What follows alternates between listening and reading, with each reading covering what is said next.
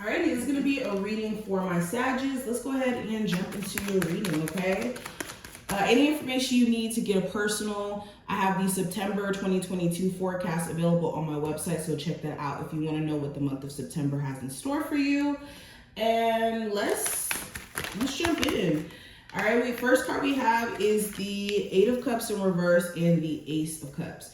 So, Sagittarius, you guys are in a space where you're not wanting to focus on the negative anymore. And because you're doing that, this is helping you align with what you do want instead of you focusing on what you have been dissatisfied with, what you haven't been feeling emotionally fulfilled in. I think that you guys are moving into a space of focusing on how you can exist in the now and how you can do things that make you feel emotionally sound. There could have been a brief moment where you guys were going through it emotionally. There could have been things that you were allowing to play over and over in your head, certain thoughts, certain belief patterns or beliefs, excuse me. But like I said, this feels like a great time for you guys to practice emotional intelligence, not reacting out of being in the heat of the moment and being emotionally triggered. And it's going to be the perfect time for you to align with real love. Okay, some of you guys could have been feeling like you were forced out of some sort of relationship, not because you wanted to leave it, but because the circumstances literally tried you. It made you feel like in staying in that, you were giving away a level of self-respect. But yeah, you guys are now trying to focus on you, personal happiness, how you can attract new things into your life, which is awesome. Speaking of that situation that you were forced out of, this person could try to express themselves emotionally to you, whether that's via an apology. Okay.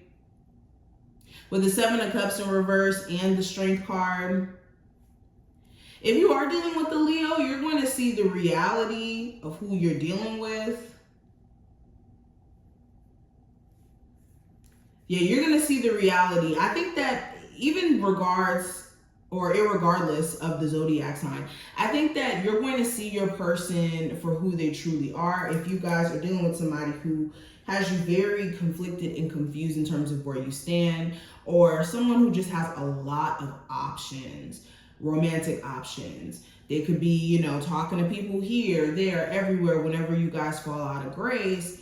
And this could be something that you're noticing like right now if you're on a break with this person. And this could cause you to not want to deal with them just out of your personal ego being bruised. You could feel like you can't trust this person because they do things that are really sneaky, or out of their ego being bruised themselves. And in turn, they try to do things to get you back. And you guys are tired of that.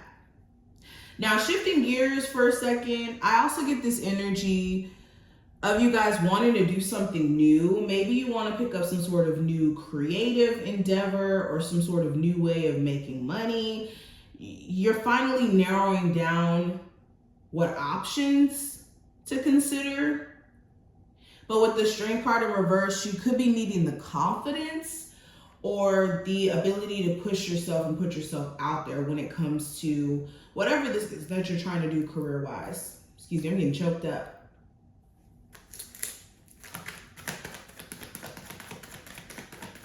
Let's keep going. All right, we got the Six of Swords, Nine of Wands, Judgment, King of Cups, and the Tower.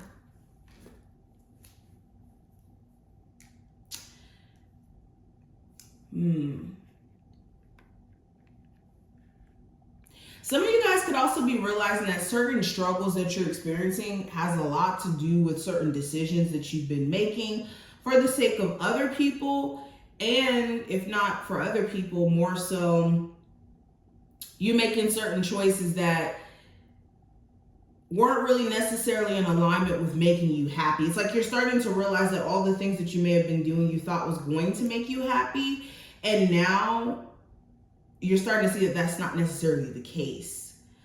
So I think that there's some sort of epiphany moment happening for some of my Sagittarius out there, where you're realizing that you've reached a point to where you really can't take any more stress, problems from someone else, problems at work that have nothing to do with you, or people picking fights with you. It just feels like you guys are realizing what you need to do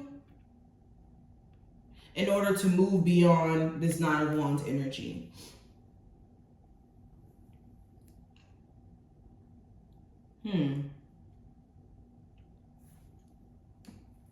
If you have been experiencing struggles within your relationship or your love life as a whole, whether you're single or not, I think that you guys will be shutting down over the next couple of weeks, just because something here may have shown you that maybe your love life is a little bit imbalanced, or the connection that you have with someone isn't really built properly, or is not built to withstand certain trials and tribulations. I just see you guys doing this thing where you're just shutting off. Like, you could be very numb emotionally because of this. And when I say shut off, this means to like new love interest. I don't think that you guys will be as open or allowing when it comes to dating new people, even though you could have a desire to be distracted at the moment. Like, let's be honest. But let's pull some cards from here. Sagittarius, Sun, Moon, Rising, and Venus placements. What are the messages coming through?